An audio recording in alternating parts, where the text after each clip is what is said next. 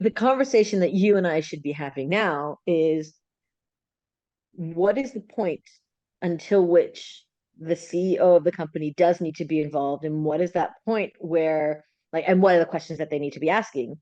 And then what is that point at what stage they say, you know what, this is already a COO kind of position. And then we want a fractional COO, or we want someone to come in and take it over for us. And in my business, I'm at that stage where the CEO already has some staff, but is still involved. In your business, you're at that stage where they have something in place, possibly, but they already know that they need to expand. It's not working there. Things are falling between the cracks. And the CEO is no longer in a position where he or she should be involved. Like, this is the point where they say, we need to bring someone in. But before we bring someone in, how do we even recognize that as a business owner? How do I recognize what stage I'm in? How do I recognize, do I need a CRM? How do I recognize, do I need to expand what I'm using? Like, I've been using an Excel sheet. I've been using Airtable. I've been using Copper. Now I'm going to HubSpot. Now I'm going to Salesforce. Now I need something proprietary, right? There are different stages in every business. We want to be able to help them recognize those stages so that they know when to come to each of us. Not just that, but they also know, more importantly, where they are in their business stages in general, so that they can give their employees the best service and the best tools to use. So I'm smiling because so up to recently, my answer would have been the two V's, volume and value, Okay. right? So deciding where's the volume of the work happening, where's the value, what are the value of the resources doing those work, and keep on looking for the opportunities to systemize the ones where either the volume is high or the volume is high, regardless of the value is high regardless of the volume. Value meaning the cost of the person involved in that process. I was saying till very recently because I think there's a hidden one which is harder to measure purely out of the nature, which happens to be another V, is visibility. So creating visibility of where the volume is high and where the value is high and where things are getting stuck and where things are valuable. Three I would say V's. one. Yeah, exactly. Flying V's. Volume, So value, and visibility, visibility. So but visibility of what?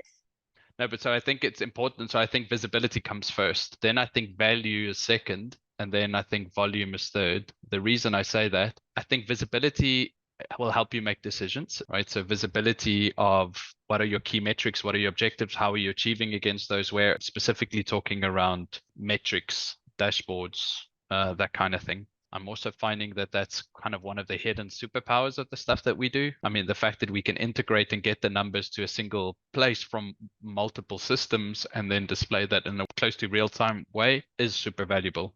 Does that answer your question of the what? So I think so visibility, and then I think why visibility, because it helps you make decisions. Knowing your numbers, and I think a lot of small businesses, medium businesses don't know their numbers. There are actually a lot of large businesses that don't know their numbers, which is really scary. But knowing your numbers gives you so much information as to how to move forward, not just in like sales and developing, your offers. Well, your pricing. Are you profitable? How much time and resources are invested in doing X? What is the ROI of doing X? And then what's the delta, right? Like, how do I make up for it? How do I make more? It's not just let's raise our prices or get more leads or get more clients. It's, where can we save? And if you didn't want to call it a resource, if you have a person investing a lot of time doing repetitive tasks that you can somehow streamline or automate, even semi-automate, you're going to save so much time, meaning they're going to have more bandwidth to do other things or to do more of the same for other clients, like from or other leads.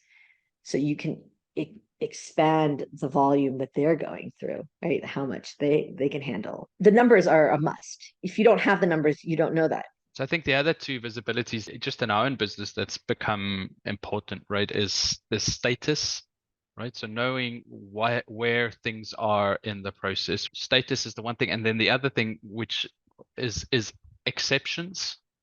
So the one side is knowing where things are, the other side is knowing where things are that they shouldn't be, right?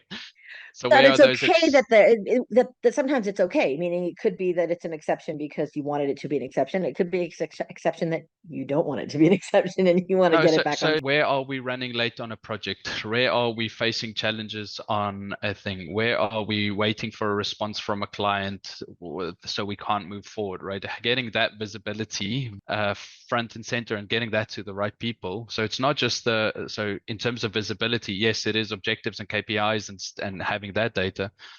It's almost the anecdotal. So the one is the qualitative, let me help, quantitative data, and the other one there's a qualitative angle of this brings something. So I'm just thinking things like notifications or alerts or things like that bring that to the front, right? So posting on Slack, for instance, that hey, we're waiting for this client. Can you help us get this going?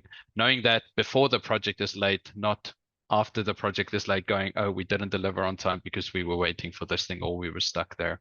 And that makes it very hard to measure, right? Because that's not necessarily directly adding capacity. That's not necessarily It, directly adding efficiency. but it is for I worked with a client and she said to me, at any given time we have 10 active projects, but I don't remember what the number was. I think 3 or 5 are on hold because we're waiting for the end of the month for a specific thing that happens once a month, or we're waiting for like, even knowing just that means I know that the capacity my team can have is X number of active clients a month, where we know that on average, Y will be, half of X will be on hold. And that makes a huge difference because if all of them are active at once, then we don't have a capacity for 10 active, really active at one time. Even if you go down the e-commerce route, a production line, and you know that it has a capacity for X orders, and the system is for X orders. But if you want to increase that capacity, what can you do? Is it more systems or tools or hardware, or is it more people and other resources like space? So, like, where do I hold all my boxes? I can only hold so many boxes at one time in my storage. So is the solution like getting a bigger space or changing the size? Like there's so many different solutions and processes that you can put in place. So understanding every step of the way where things are will help you recognize where you can and can't improve. It's not just qualitative, that status. There is a quantitative aspect to it as well. And definitely if we're not, tracking it in a good way, then how are you going to be able to scale and know how to improve and scale your business? Reflecting again on the so effectiveness and efficiency, right? So there's nothing more useless in doing something right that shouldn't have been done in the first place. This drive on doing the right things. So if you talk about high value people and what they're busy with, one of the big improvements you can bring to them is helping them focus on the right things. That person has 40 hours in a week. What are the meetings that they really should be attending? What are the calls that they really should be making? What are the decisions that they should be involved in? Help them be on those and not on the ones where they shouldn't be. So it's not about giving them more time. So going from 40 hours to 80 hours or whatever the case might be is actually helping them spend their time on the right things. And then once we've identified what those right things are, now how can I make that efficient? By the clicking of this button, everybody knows what's happened. Do you find yourself sometimes in your position acting as a sort of business coach? Yeah, I try not to, right? Because I'm still learning. I don't have this multi-billion dollar global corporate business that I have, right? I don't feel like I have the cred to be able to giving advice from. I'm purely asking questions, right? So that's In theory, however, if I take what you said before, and I know this, I'm asking you, I'm giving you a hard time because I'm in the same situation I often, don't right? Like experience it as a hard time. okay. The thing is, somebody comes to you and you recognize that they're micromanaging and they could do it better if they had a project management system in place where they could see everything without actually asking. But they're still going to be micromanagers because that's up here. So sometimes it's like, this tool will make it really more efficient for you, but you can't say this to them. I mean, you have to look at the tool rather than call people and email them 3 times a day. And, I think that's number one. But number two, also, I think your experience in doing what we do, because we touch on so many industries, like you're changing now your model now to being long term, but when you work project based with different companies in different industries, you see the same patterns happening again and again. They're a bit different in the details, but the patterns are the same. And you see what worked and what didn't work in other companies, right? And then there's a point where you're like, well, from my experience, you're not a multi-billion-dollar corporation with whatever, but you do have enough experience to say usually what will help is A, B, and C. And I do find that there's an element, whether we call it that or not, and I definitely don't, but there is an element of business coaching when you're helping someone set up processes and systems, because it's not just technical. Here's a tool, click this button, this is what's going to happen. It's here's a tool that you can use, but it's connected to how you delegate stuff, who's doing what, how are you doing less of, right? And clearing up your time and focusing on the right thing and not putting out fires all day. So I think there is an element of business coaching, whether you want to So, admit it or so not. I think what I'm excited about in terms of the longer term model, right, is that what this is bringing us as a project person, I feel the pressure to make that project work, right? And ideally, what I'm trying to do is narrow the scope.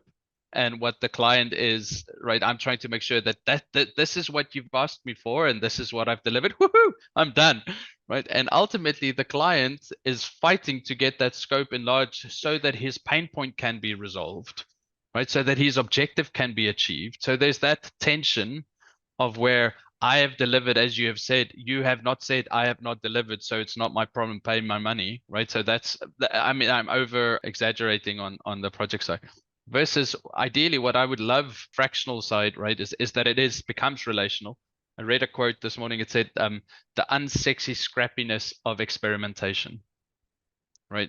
Oh, I like Where that. I've seen all of this, right? I've seen it work. How about we try? You know that I'm not trying to check boxes here. What I'm trying to do is with you work towards making and improving your business, because if your business grows and your business succeeds, I have a job. If your business doesn't grow and doesn't succeed, my job is at risk. It isn't about checking the boxes. It's about growing this business and giving you both the qualitative and quantitative perception that I'm adding value and more value than I'm costing. So let's experiment. Like you phoning people and checking up on everything takes up all of your time, versus we can put a system in that reliably gives you an alert when something is about to go wrong, not when it has gone wrong, when it's about to go wrong. And then you can check up on those things, right? Where the deadline is within 24 hours and you haven't had an update since the last whatever, or even better, these are the 20%. This is the 20% of your clients that bring 80% of your revenue. Are they happy? Who's making sure they're happy? If those Yeah. 20% are happy, your business is functioning. I think that part where I don't need to claim that I have all the answers. I am not protecting a list of requirements scope, because that's what my payment is determined on. And I have the freedom to be unsexy and scrappy in the experimentation that we do. It's very interesting because for me, built into the project scope is a research phase. And that's where I'm doing experimentation. And I'll share that with the client, meaning I don't know what tool is best for you, not because I don't know what tool. I know the tool. It's I don't know what's going to speak to them best, right? What's going to connect with them. And I've been with clients where we tested 3 or 4 different tools on a mini scale. Obviously, we're not doing an entire project scope on 4 different tools. And I get what you're saying. Like when you're part of that round table, you're part of the company. You're saying, okay, let's try this, let's try this. You're paying me anyways, and we may as well try it, right? You're not paying me by the hour, you're not paying me by the project, you're paying me for the month. So let's just do it. This may be why I should raise my prices, but I don't. I actually do that experimentation within the project. And it was interesting. I was with a client and she needed some project management thing. And it was like, we're not using this tool. This tool I didn't like. And I'm like, okay, we won't use it. I don't like it either. So it was not an issue. And then we tried 2 different tools, I think maybe a third.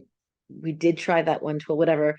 We were just about to close, and I mentioned just in passing another tool that may be okay. She's like, can we try it? Can we please try it? And that was the tool we ended up going with because it was perfect for her. But So pricing that it, as a project, there's two options as far as I know in terms of pricing. There's fixed price and there's hourly. If you were no to price hourly, something, no. no, I agree with you. But if you were to price this, which is still pretty much the standard out there, to do that hourly, the client would probably limit your experimentation earlier because they are trying to get to an answer quicker, right? In most cases, right? And then Yep. secondly, if it was fixed price, you would, if you did not build in, or if you weren't as inquisitive or interested or as you are, right, you would try and limit the experimentation because that's eating into your margins and that wasn't in Yeah. there, right? So Yeah. in some way it does discourage that experimentation. I mean, in some cases you really just like, there's the notification, that's it. We veered off a lot though from the initial topic. I do. I do want to add one thing. Like, that's one of Yeah. the things that I do see myself as a little bit of a mad scientist, loving to just experiment for, like, what happens if I put this in there? See, that's, I think having that trait is what makes us do what we do. Someone who doesn't have that can't develop in this field because the field is constantly changing, right? So if you're not experimenting and trying new things or learning from people who are, right? If you're not inquisitive, you're not going to get moving forward. I want to move back the conversation Yes, yes, yes, yes, yes. to the business owners. How do they identify what can happen in their business? What are they looking for in their business that they can now identify as, wait a minute, we need to change the system that we're currently using or the process we're currently using, or both? I say something? I'm not sure if it answers the question, right? One of the things that I would find valuable this morning after having very little sleep and being struggling to be productive is I want to outsource mind share, right? I think that's where, like, there's too many things that are occupying this, and I can imagine that for a business owner, it gets to a point where, please, can I reliably outsource this bit? There, Irit, take it. Tell like, take it. Do it. Just take it. Go away. Just go and Just just that's give one that less. solved.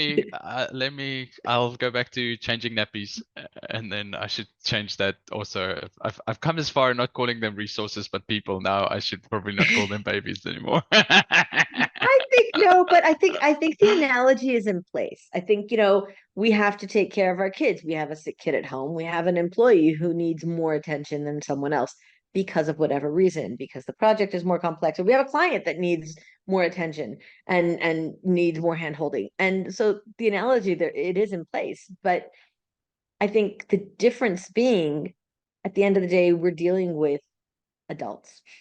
And as a business owner, I think one of the problems, and this comes out from what you're saying as well, one of the problems is the trust issue of, I want to take it off of my head and put it somewhere and that I can trust, be it in a tool, be it in the hands of an employee, be it wherever. I want to be able to take it off of my mind, give it to someone else, and know that it's being taken care of completely. I also want a way that I can measure this and check back on it when the time is right, or get notified before something falls between the cracks. And I think that the answer is there. I didn't think that this was the answer, but the answer is, I know it's time for a process or system change when my mind, and if I'm a bigger company, than the mind of my team, is getting way too full. There's only a certain bandwidth, and it's not just time. It's like when the minds of the team are so full, and or when too much information is in one place and not shared in a good way. So my husband changed positions about a year ago, a little less than a year ago, and he was waiting for them to teach him the ropes of the new position, right? You have to learn, somebody has to train him. Didn't happen. Like, the war started, and then one of the people that he was working with was just taken to reserves. He's still on reserves like 4 months later. So my husband stepped in, and then he just thrown in the deep end and started doing some of the work because he had no choice, because, somebody needs to do the work. Last week, his manager, my husband's manager, is going on maternity leave. So they brought in a replacement, and she started teaching her replacement. And my husband is sitting in those meetings, and he's like, and she said, yeah, you wanted to know this when you started, didn't you? Like, there was no one teaching him. And then now he's being asked to teach the replacement something. And I said to him, do yourself and the team a favor, whether you're doing it in live or doing it in Zoom, turn on a camera and record yourself doing what you're doing. Just record it. It will help you because you won't have to re-explain it. It'll help them because they can refer back to it when they have another question. And it will help the company, the team, moving forward. Now, the main problem is that this is a government position. And public servants don't care about anything. Not my husband, like the unit as the unit, whatever. But like I think in the corporate world or in the business world where it's privately owned, that's definitely something that you should be thinking about. How to get the information out of the brain of my employees and onto a piece of paper. Not ideal, but better than nothing. A program, app, a recording, something where business history so that we don't repeat the same mistakes again and again and again. When something happens, track it, have a methodology of understanding how it was done and how we can make it better in the future. And as your mind gets filled with small details and that of your employees gets filled with details, if you don't have a system like that in place, that's where you should raise a flag and go, okay, wait, my system isn't serving me properly. We need to do it better. I like it. I think the other thing that came to mind is just the analogy of the two different sectors, or the two different, what do you call that? Like two different size businesses, or I think it's stages in business because, like you said before, it's not a matter of how many employees you have, it's a matter of volume, right? The volume of money and the volume of customers that you're dealing with. so I think at a certain point, so if I look at our previous clients, you can outsource that mind share, for the lack of a better term, to a system. And at some point, and I don't think it's a step change, as you grow, that you at some point need someone again there with the mind share, to your point, where it just gets bigger and bigger and bigger. You need to abstract yourself again from a level where you then need people again to take responsibility of systems. So even in our business, for the longest time, I would start writing a job description and I would go, I can automate that. I can automate that. I can automate that. And then in the end, I wouldn't finish the job description and I would just automate that. And then I got to a point where, okay, I can't automate this. I actually now need people, which I then needed the people who would then, if I was as smart as you, I would have done the videos to how to run all of these automations that I've built. I didn't, so I had to then train or try and train and do all of the things to get them there. But it's that level of abstraction, right, that grows. So the things you need to consider, whether it's the volume of people or the complexity of your business or the new things that now opens up, you go up that level of abstraction, which gets interesting. So that's the one thing. The other thing that becomes interesting is how processes change as you grow. Again, one of the reasons I am a big advocate of low code, and again, want to say that I'm not saying low code is the only tool, it's just a tool, but is that agility that it gives you. One of the things, your processes will change regardless of where you are, your process will change. And then low code allows you the ability to do that and very quickly, to change is relatively easily and quickly. And so the change that we experienced in our processes, as we then went up that level of abstraction, now there's a level of review and a level of approval and a level of things that come in that wasn't relevant before. And that forces changes in the process. I do want to go back to the original. What are the pain points that will get the person to say, hey, we need to chat? Yeah, I think the pain point is going to be a little bit different in practicality, but at the higher level, at the theoretical level, the pain point is I'm stuck. The business is stuck either because we can't grow anymore, because we don't have no capacity to take on more, and we want to take on more. And it's not just a matter of hiring other people, but because like you said in the job description, oh, I can automate that, I can automate that. I don't want to hire more. I want to make it efficient. I want to scale with efficiency. So one, we're at capacity, or two, we've passed capacity, right? Things are falling between the cracks. You can't see anything. Like you don't know. And when you don't know what's happening in your business, then you know that you need systems. Like you need someone to talk to get it all out of your mind, that mind share, that get it out of my brain. I've had people say to me, I've gotten everything out from my brain into a system, and now I can do other things like rebrand or expand the business because everything was based on what was in my mind. So getting it out of the mind is, and again, it's not necessarily just the mind of the CEO. It could be the mind of a project manager or whatever, like different positions in the company where you feel that you're stuck. And I think the third thing is when you find a lack of communication within the business, that's where you know that you need better systems. If communications are problematic, then something is wrong. Um, I was on an initial call with a group of 7 or 8 people, each one doing a different thing in the project management process. And everyone had their own Excel sheet, and everyone, like, this one was using WhatsApp, this one was using Slack, this one was using email. Like, it just wasn't a cohesive system, and they felt it was wrong. Now, you can't really say, okay, when you feel it's wrong, but if you sometimes it's to that point where you just know that it cannot continue the way that it is. And so I would recommend for any business owner to look at how is communication happening within your business. That's number one. Communication with people, that's number one. Because if you fix that, oftentimes that'll give you a little bit more breathing room. Number two is, are things falling between the cracks with existing clients? Meaning I'm not giving my clients the best service that I can.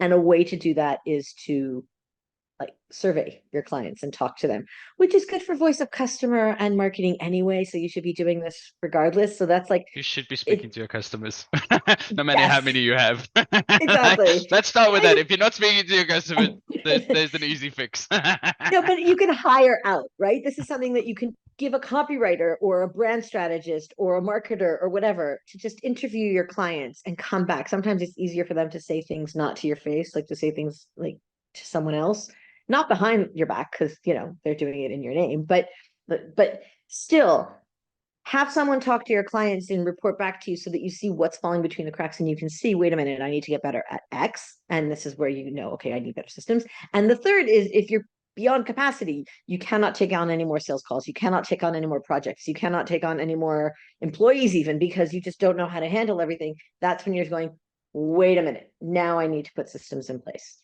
I like it.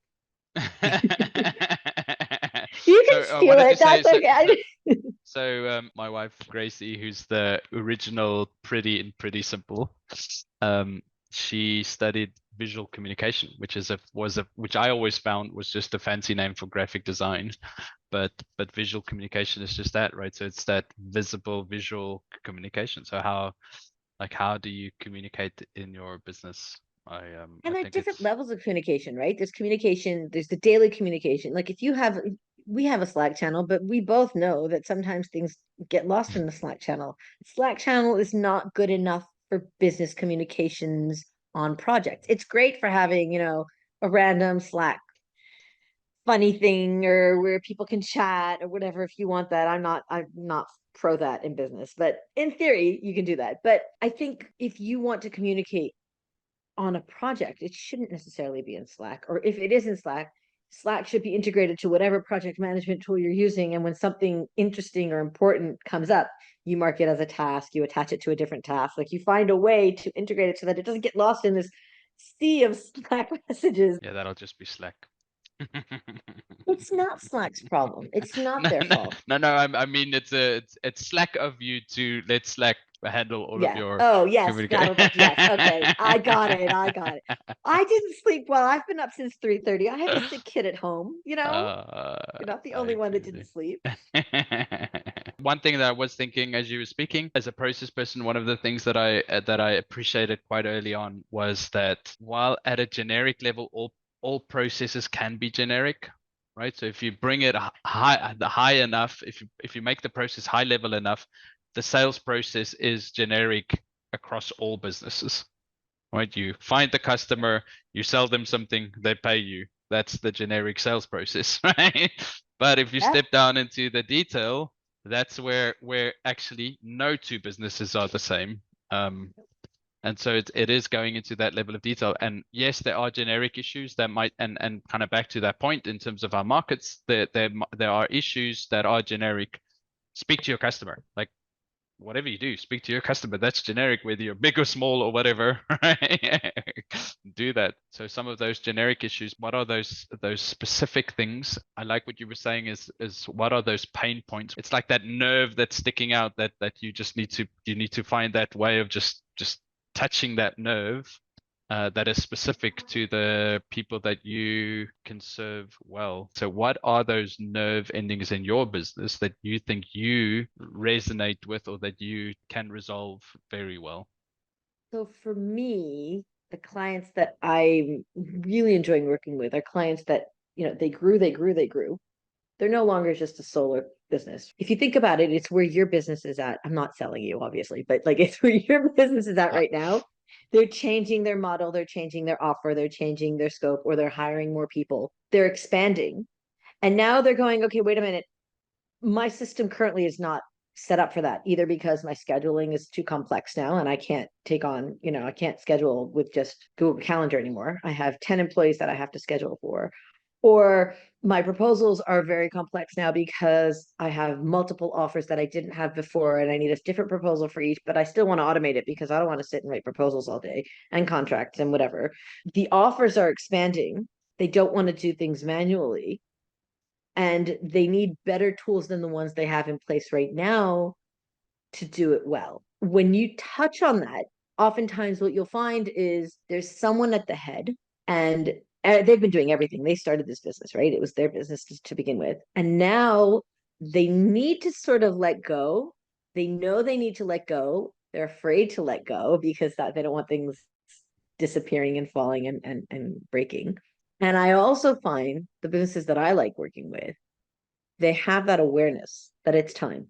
It's time to put everyone in there. Like, even if they've let go and they have different people doing different things, they've lost control and they want the control back, but they don't want to micromanage. They want control back in what we were talking about before, dashboards or reports or ways that they can handle it. And they need to turn to the CEO of their company rather than an employee in their company. So as you're speaking, what's interesting is I'm finding this super valuable, by the way. I think we're Just so on the as you personal as level, I don't care what everybody uh, else thinks. as you were speaking, right? I think where we have moved to, I don't even want to say matured to or grown to, right? Moved to is the kind of business that realize that they frequently and on multiple spaces in their business need system interventions, right? So they're at that size where they can't afford to do just one of them, and then they need to do this frequently, and there's multiple places where, because I think the value that we are putting forward and that pain point is we can help you to identify the opportunities to systemize throughout your business. We can help you prioritize that. We can help you scope, develop, implement, and support, which gets tricky where you have multiple systems across multiple departments with multiple users. So you get the level where, okay, this is your pain point at the moment. Let's find the system to do all of that stuff. We put it in place and it runs. Let's now focus on the next one. Whereas like, there's just so many of these going on. I need help in terms of where to start and what to do. Think about it like this. I love this analogy. We did a 4,000 piece puzzle. Okay. I don't know if you do puzzles, but puzzles have die cuts, meaning like Ravensburger has X number of die cuts and they put their puzzles on it and they have like four different types of 1,000 piece puzzles or, five different types of 300 piece puzzles. And then when you're putting them together, it's like it's the same die cut. You don't realize it because you're looking at the picture, you're not looking at the At shape. the detail. As a Yeah. systems purpose person, I look at the shape, but that's a different discussion. In a 4,000 piece puzzle, what you'll have is you'll have four 1,000 piece puzzles duplicating. And my 12-year-old caught this years ago, and it was like, this piece looks like it fits here, but it actually fits on the other side of the puzzle because it's the same die cut, and it's in the wrong place. In the beginning, we would find it at the end when we just had this piece that didn't really fit, and we would, it's called a false fit. But the thing about puzzles is when you do a puzzle, most people will start with the border, right? That's the framework of the business. And then we'll divide it into, textures and colors or shapes. And you put together all the pink, you put together all the yellow, you put together all the green, and then at the end you put the blocks together and they make up the entire puzzle. I think working in a business is very similar, right? Because yellow would be the sales and pink would be the account managers and project managers and green would be customer success and or support. Like you have different colors, like different sections in the business. And sometimes there's a piece that sort of belongs in both and you're not sure where exactly it fits. But when you're working on putting together a system for a business, for any business, you can't work on all systems at once. You can sort of touch on them, but at some point you have to focus, okay, wait, let's finish health sales almost to completion, right? We'll leave a bit open just because still things unclear that how it integrates with something else. But then we'll do account management and then we'll do customer support and then we'll do a help desk or whatever. Like you work on different systems at different times, and then at the end you bring them all together with these pieces. Now, it's all well and good to work on each one separately, but you also need to know what the requirements of all of them are, what the framework is, so that you're not choosing one tool for one system, for one section, and then another tool for another section, and then they won't even talk to each other, and everybody's using different tools. So you have to have that big picture. You focus on each section, but you're constantly seeing how that section integrates with the big picture. That's for me, that's like, it's puzzles. That's just, No, I like it. it works. So I do think for bigger businesses, they can't wait for sales to finish their build before they can start in HR, right? That's the one thing. So there's certain things that they need to do there. The one thing that came to mind, which I'm also beginning to appreciate again, is it's blatantly obvious this is a corner piece that goes there. Like, get Yes. that piece in place, get it out of, get that noise away, right? So and I think the most pieces I've built was 40. But when you look at a 40-piece puzzle, right?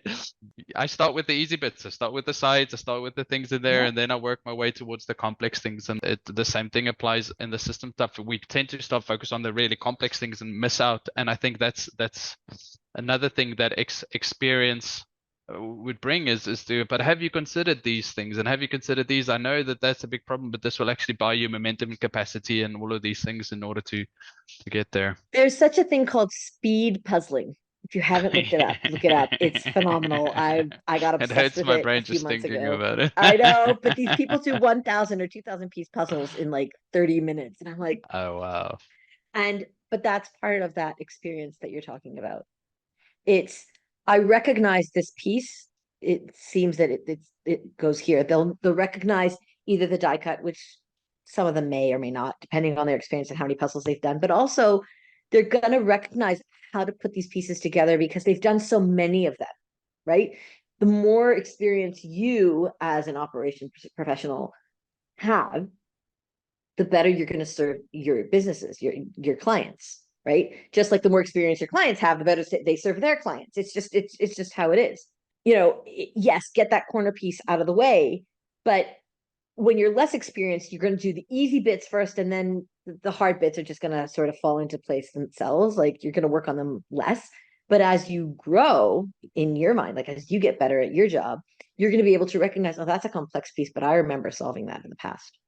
Mm. And so knowing that that piece is there, it's going to give me a hint on how to solve the easy pieces around it. What I've realized, some of the value that we bring to the table is, I know you've seen all of the ads of that tool, and you've seen that it's nice and shiny, but I've actually been in the guts of that thing, and I know that it's completely useless, and what they say on the top is not worth it. So let me show. In fact, pay me for 4 months, which you can go and experiment. Like, let me save you 4 months of putting that in place and implementing that, and then realizing that it's Yeah. not what it says on the box, and that You're let me talking about just save ClickUp, the. aren't you? I mean the list grows but like as the industry, like there's many of Every them. day, every day. In a good Yeah. puzzle, I'll start with the sky. I am now at the stage where I'll start with the sky. I want The that blues. complex bit. Oh wow. Yeah. Yeah. In Like I business said, too. 40. I was working on Uh, a Shopify project and I needed to get something with your API with the API. And I started with that piece. I knew the rest would be easy. I mm. wanted that piece fulfilled. Like I wanted it. Well, that's But funny because I was that's doing different, fulfillment. right? That's different. That's a before I for me that speaks to before I put all of the other pieces in place, right? So what I'm hearing, before I put all the other pieces in place, chances are that there are pieces missing in this puzzle. Let me try and see what pieces. Let me count, for instance, count the pieces and make sure that there's 4,000 or at least 3,900, right? Count in tens before I start filling this puzzle, so I don't waste my time, right? So there's something of when I scope a project, I try and understand what are the things that I haven't done before so that I can try those things first and make sure that I can go back with. The other thing that I'm seeing, the stuff you don't know that you don't know, right? So that's the one side. And the second one, I've had to go through an insurance thing now. I'm so annoyed that a couple of hours and good advice 3 months ago would have saved me tremendous amount of effort and time and money had I received that advice a few months ago. In our business, what are those tips that almost come as a by and by, right? We don't even charge for it. We don't even say anything for it. And the client doesn't even realize it at the time, but that's actually saved them so, like, de-risked something for them so much. Yeah. It's interesting. I was in my accelerator program. I was talking to them, showing them something on Zapier, and they were like, you just saved me 5 hours worth of work in 5 minutes. And they'd be lucky if it was just 5 hours and not 5 days, because sometimes, like, it took me days to figure something out in the API for Shopify, which changed and changed and changed. And their API documentation is great, but it sucks. I know that sounds like counter whatever, but it's great, but it's really hard to whatever. I think that's what I said to you before.